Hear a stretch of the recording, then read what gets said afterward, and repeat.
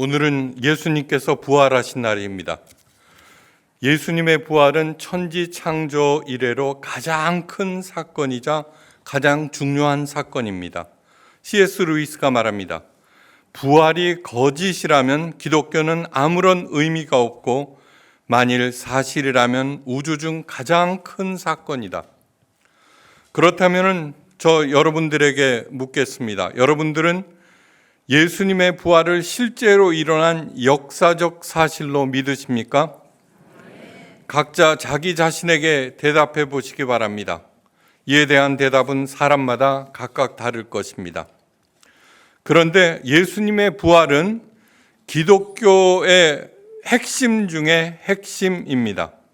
그래서 예수님의 부활을 믿는 정도에 따라서 그 사람의 삶이 결정됩니다. 예수님의 부활을 굳게 믿는 사람들은 그 어떤 일에도 죽음 앞에서도 흔들리지 않습니다. 그러나 그 외의 사람들은 크고 작은 문제에 크고 작게 흔들립니다. 그래서 사도 바울은 이렇게 단언합니다.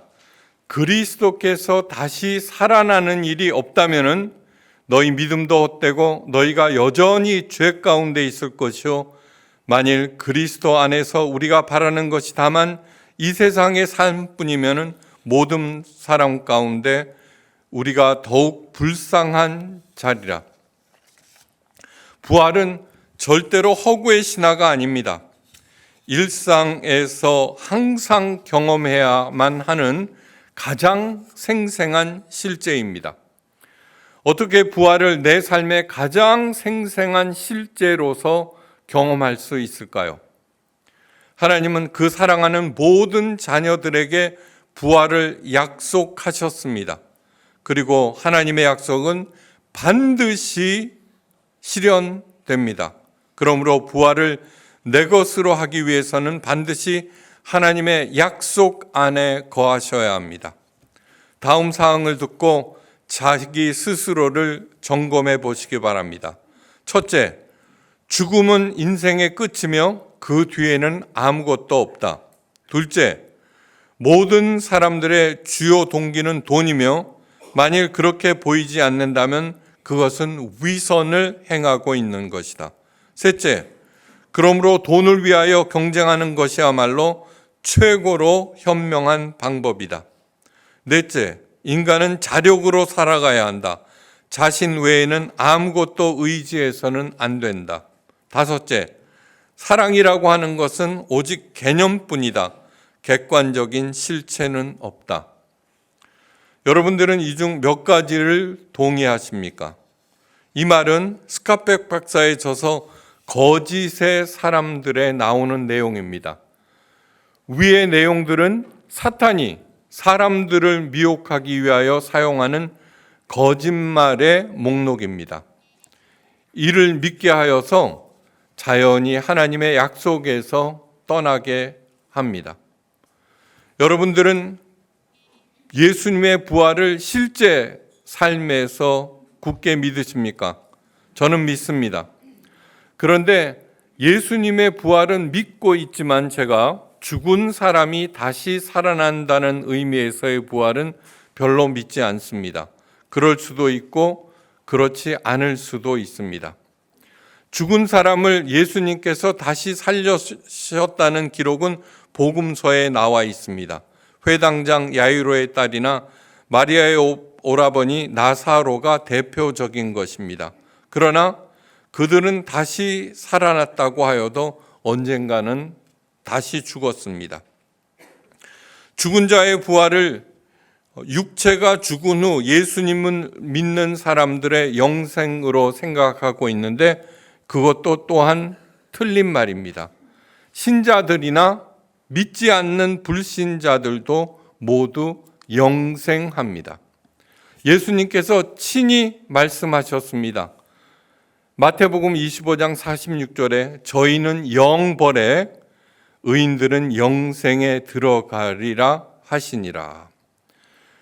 사탄의 말대로 육체의 죽음으로 모든 것이 끝난다면 마음대로 살아도 됩니다. 정말 무서운 것은 영이 죽지 않고 받게 되는 영원한 형벌입니다.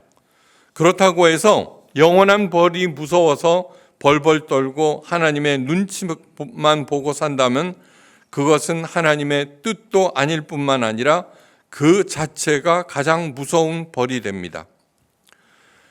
부활에 있어서 명심해야 할 사항은 부활은 신앙생활의 보상으로 주어지는 것이 아니라는 사실입니다. 죽은 예수님의 부활은 결코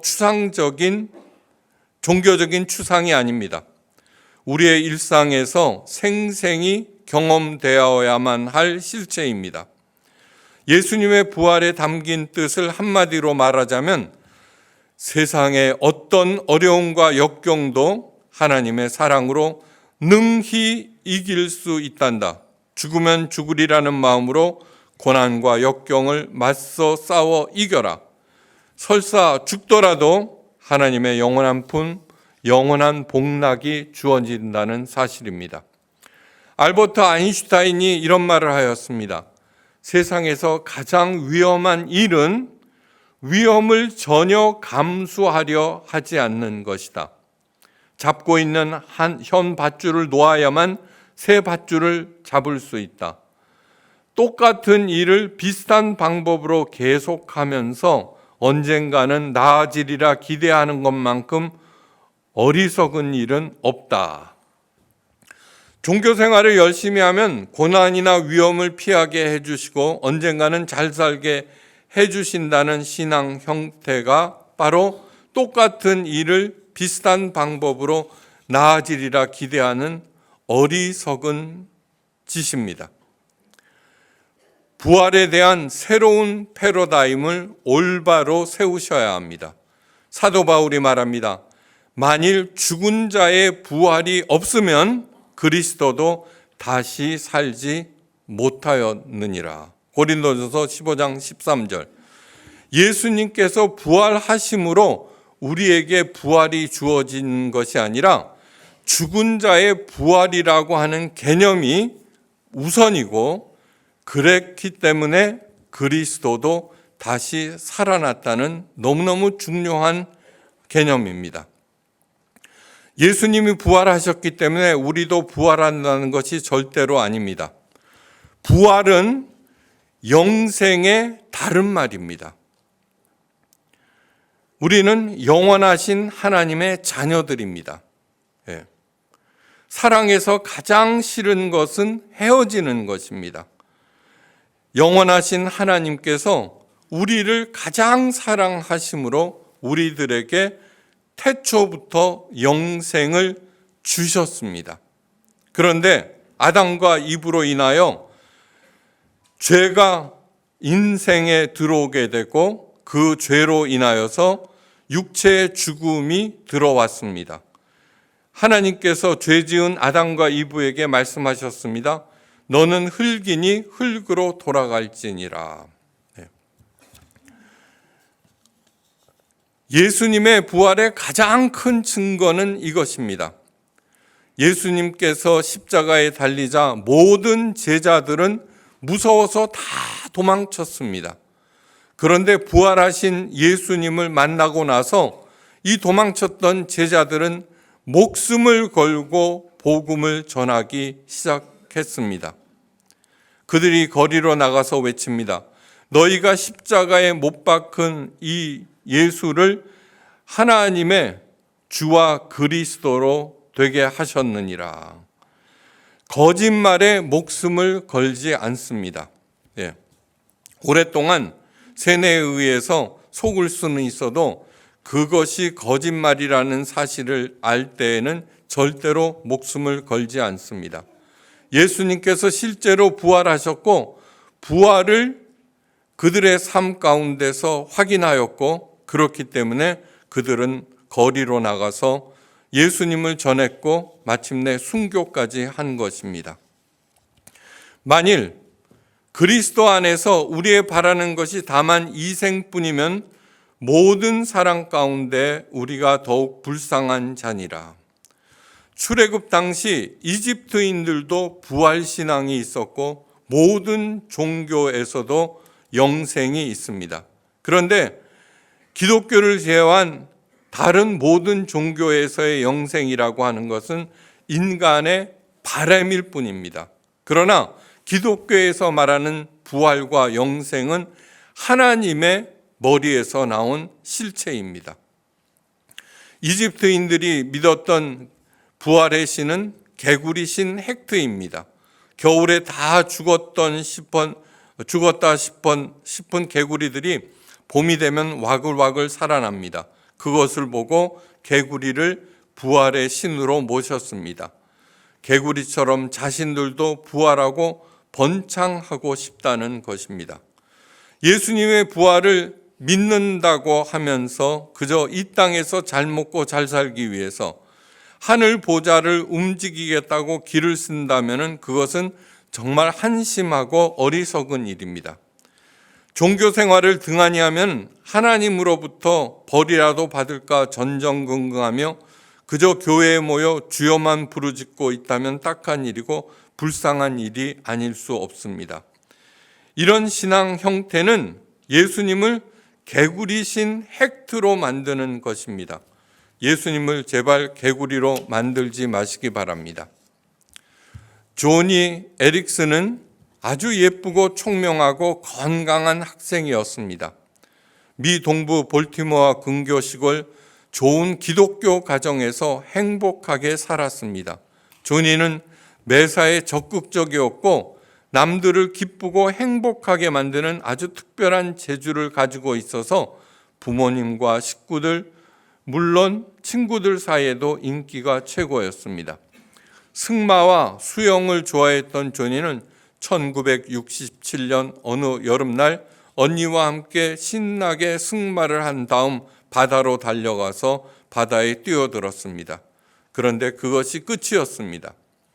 조니의 머리가 바위에 부딪혔고 뚝 소리와 함께 목이 부러지고 만 것입니다. 움직일 수 있는 것은 머리뿐 그 아래는 간단없이 찾아와 칼로 찌르는 것과 같은 고통만 느끼는 나무 토막이 되어버렸습니다. 사고 후 조니는 하나님의 사랑에 대한 믿음을 완전히 버렸습니다.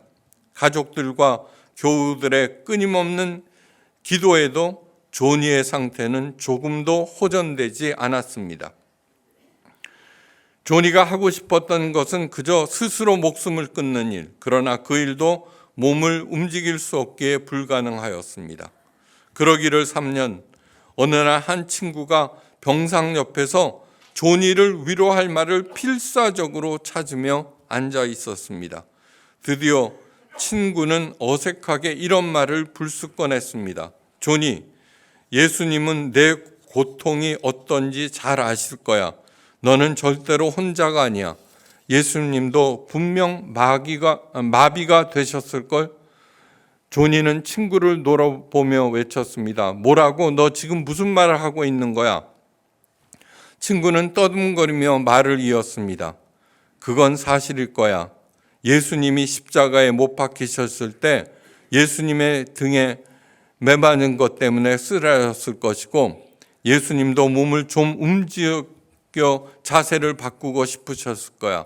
하지만 그럴 수가 없으셨을 거야. 예수님도 십자가에서 마비가 되셨을 거야. 친구의 말에 조니는 3년 만에 처음으로 흥미를 느끼기 시작했습니다. 그런 생각을 한 번도 해본 적이 없었습니다. 예수님도 꼼짝없는 마비와 칼로 찌르는 고통을 느끼셨다는 생각은 하면 할수록 조니에게 큰 위로가 되었습니다. 조니는 이런 말을 합니다. 그 이후 예수님은 믿을 수 없을 정도로 내게 가까워지셨습니다. 나는 깨닫기 시작했습니다. 하나님도 현재의 나를 사랑하신다는 것을. 사고 전에 나의 질문은 항상 이런 것들이었습니다. 하나님, 내 남편감으로 누구를 정해 놓으셨습니까? 내 행복을 위하여 하나님은 무엇을 준비해 놓으셨습니까? 그러나 이 모든 것들은 말끔히 사라졌습니다. 이제 남은 것은 무력한 몸뚱이와 그리고 예수님뿐입니다. 점차로 나는 그분만으로 족하게 되었습니다. 그러자 우주를 만드신 하나님이 내 안에 살아나셨고 나는 하나님의 실체에 압도되었습니다. 처음 몇 달, 몇 년 동안 하나님께서 내게 가르치시고자 하는 것이 무엇이냐는 질문에 집중하였습니다. 그리고 마침내 찾아냈습니다. 현재 조니는 입으로 그림을 그리는 화가입니다.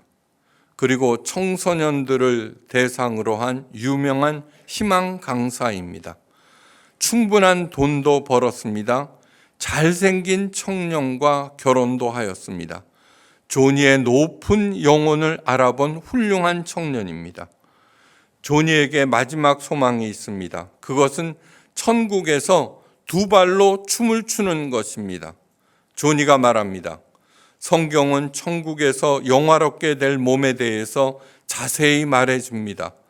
그 말씀은 내게 절대로 환상이 아닙니다. 현실이요, 소망입니다.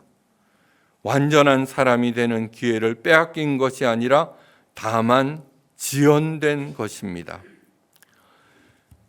조니 에릭슨은 오늘 우리도 경험해야 하는 부활의 진수와 실체를 잘 보여주고 있습니다. 예수님께서 부활하셨습니다. 예수님께서 잠자는 자들의 첫 열매가 되셨습니다. 현재 내가 어떤 상황에 있든지 하나님의 도우심을 굳게 믿고 나만이 꼽힐 수 있는 영광을 창출하시기 바랍니다. 그것이 곧 이 땅에서의 부활입니다.